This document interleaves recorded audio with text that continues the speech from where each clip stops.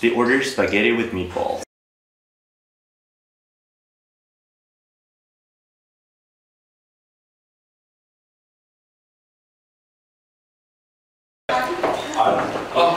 Hello. The blog.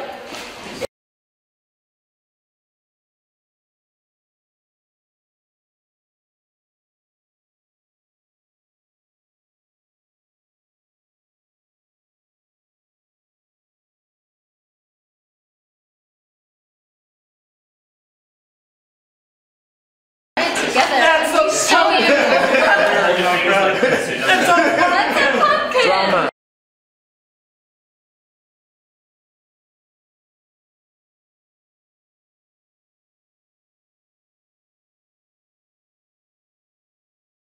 Okay. Can I knock on the door? Sure. Okay, alright. Hey, klar? Are you ready? Yeah! Great! Let's go. Remember the all of the move around, whoever is still close. I mean, just be close by.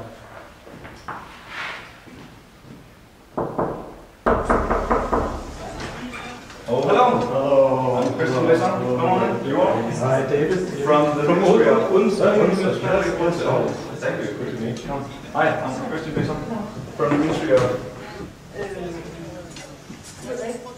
You don't know? Okay. Taxation. You're from... And me too. I'm like, nice to meet you. Oh, nice to meet you too. Oh, just wait a minute, just wait a minute. Hello? Hi, Jesper. Hi, Jesper. You are probably from MindLab. Yes, I'm Christian Besson, so you already know me. Your table has been set and it's ready, and Anders will take you to a few seats. Yes, suppose. Thank you for coming. Please have a seat. There you go, sir.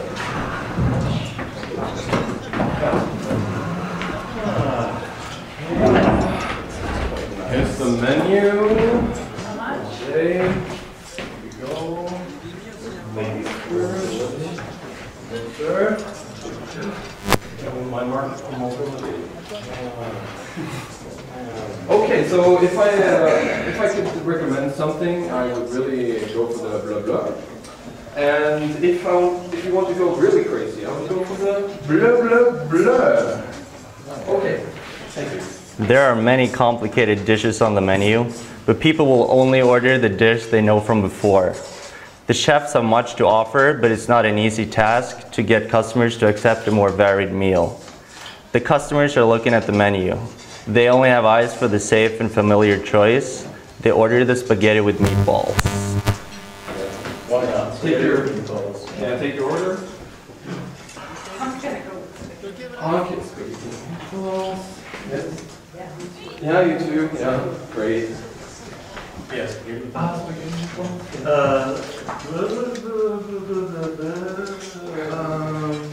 Yeah. You want that? No, I'll just take this again. Okay. But without the meatball, I'll just, I'll pay it safe. Okay, sir. All right. Thank you. All right, thanks. There was a meatball. Okay, order for table number 1 for spaghetti.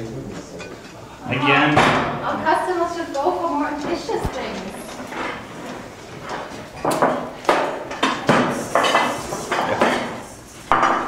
Just have your attention, please.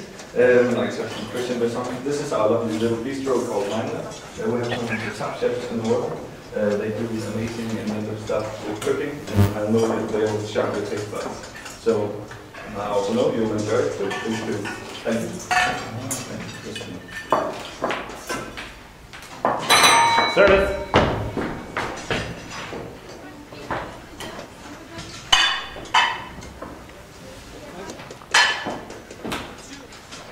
Alright. Spaghetti with meatballs. Yes. Delicious. There we go. Yes, sir. Alright. Bon appetit. It's a little dry. The guests finish the meal happily and start talking. And they start talking about how great it would be if they could cook it for themselves. But how? The kitchen is distanced and these processes are foreign to them. Basin overhears their talk and invites the guests to the MindLab cooking school. Yes. So we are creating something new, something called our MindLab Cooking School. So if you please join me, follow me, please. Right this way. It's just this way.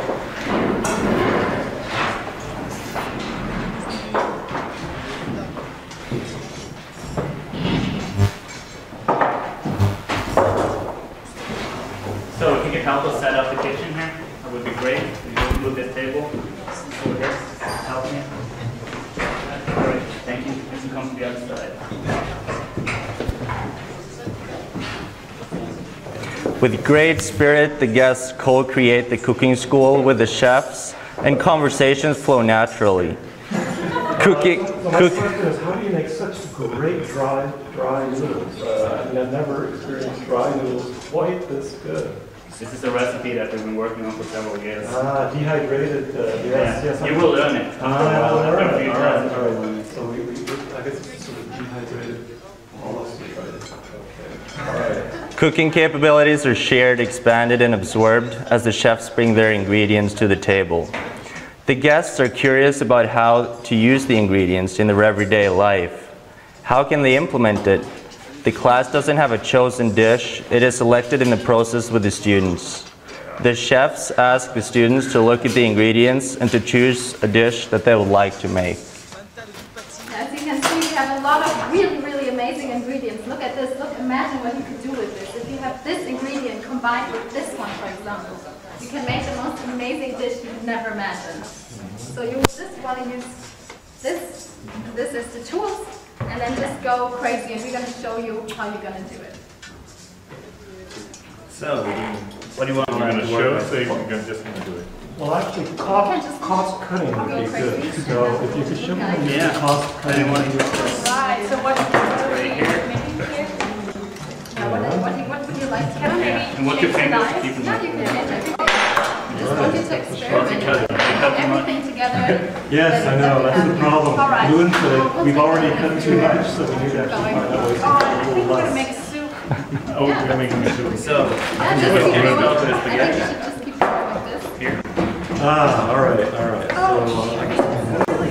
So, They meet twice a month until the guests are able to cook for themselves. Time goes on, and at the end of the cycle, the chefs congratulate the students on graduating from the MindLab Cooking School. So you've done very well already, and we think there's so much more you can learn. But for now, we congratulate you. Very well done.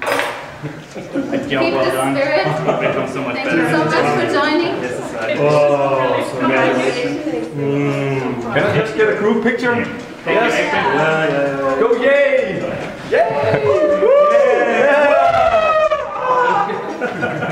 Thank you! So, The students are now proficient at cooking for themselves and return to their home kitchen with vigor and confidence, carrying the ingredients and equipment with them. So now you get the apron, you get the ingredients, everything that you need. there's the two kits. And maybe you Move this way, please. Right this way.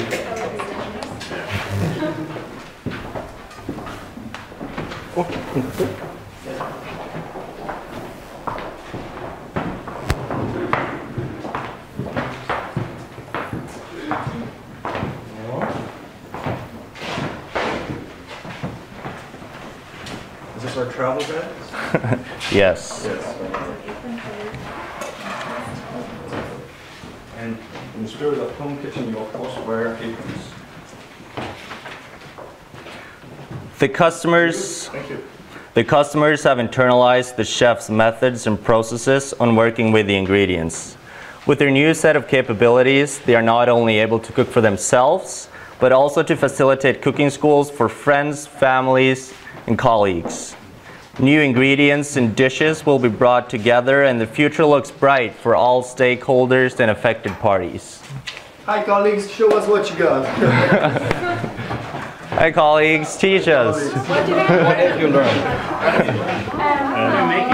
Simple things. Very simple things.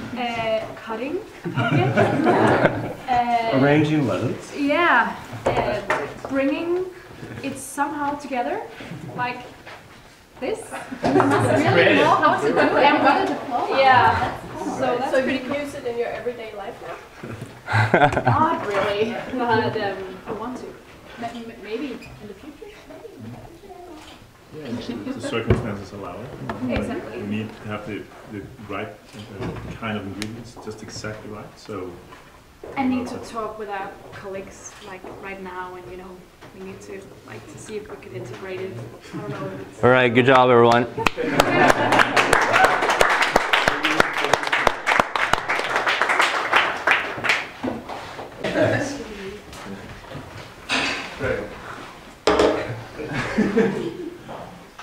Ejlen vil gå lidt videre med det, vi nu har tænkt os at snakke om. Så.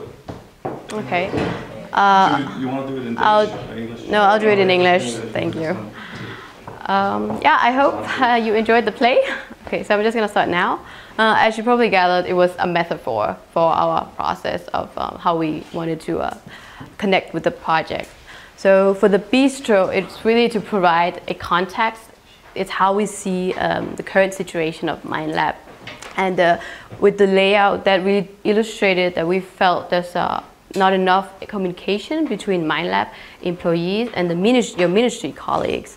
And the menu really illustrated how you come up with really great ideas, very innovative ideas, but they might quite suit the taste of your conservative ministry colleagues. So what we suggest is that you implement a iterative process, and it's really a transitional phase where you really try to work toward a more interactive and co-creating work environment. In the design solution, we suggest 3 elements: building relationships, workshops, and evaluations. For building relationships, we feel that you should try to engage more through formal events or informal events, and maybe even try to create situations where you can pitch yourself a bit more. Then for the workshops, it consists of also 3 elements.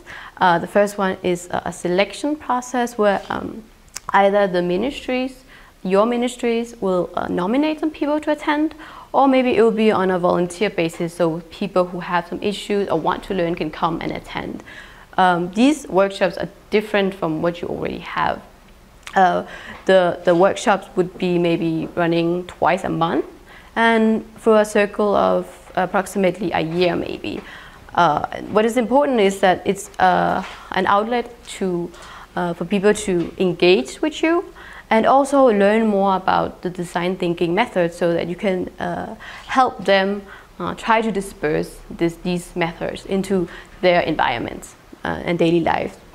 Then there should be a feedback element as well, where you continuously try to evaluate how you can help them implement these methods into their daily life. And then the last step is evaluations. We suggest that you try to consider qualitative measures, quantitative measures, or maybe so come up with success criteria from the beginning. And we know that you have a very explorative way of working with your projects. So we're not saying that they should be set in stone, but maybe they can be evaluated throughout the process, and then finally they can be assessed again in the end. These processes are actually something you already do to a certain extent, but we suggest that you take it to a higher level, and this is a way sort of to show how it can be integrated into each other. And then we want to work towards the final goal, which is to make MindLab obsolete. You become so good at teaching your colleagues, and they become so good that they're able to disperse design thinking methods. And also you have created deeper connections, so you're able to champion your issues as well through the relationships that you have developed. And also traces, you'll become better at seeing what kind of traces there are from your work.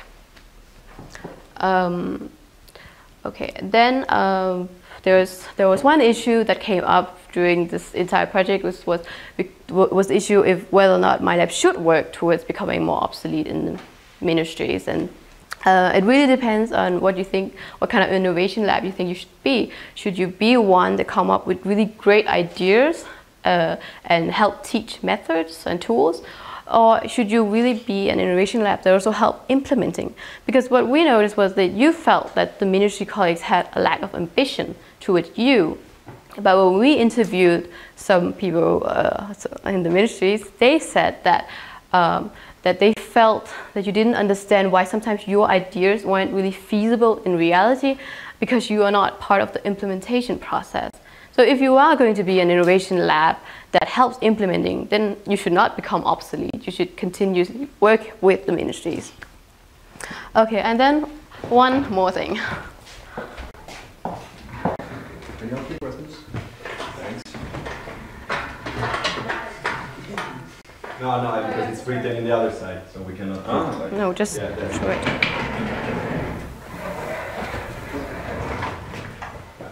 And for a more consulting overview, this is how it would look like. Okay, we have the situation, and that's really when you came to work with us. I mean, you agreed to collaborate with us, and then you had certain issues that you wanted us to explore, and then we decided on this question, sort of what you should do to build up solid legitimacy. So in the minds of the people in the ministries. And then we recommend that you implement this iterative process, the design solution, that will help you integrate better into the ministries and develop a much higher co-creating process. And then, of course, the design solution elements. Yes, and discussion, questions.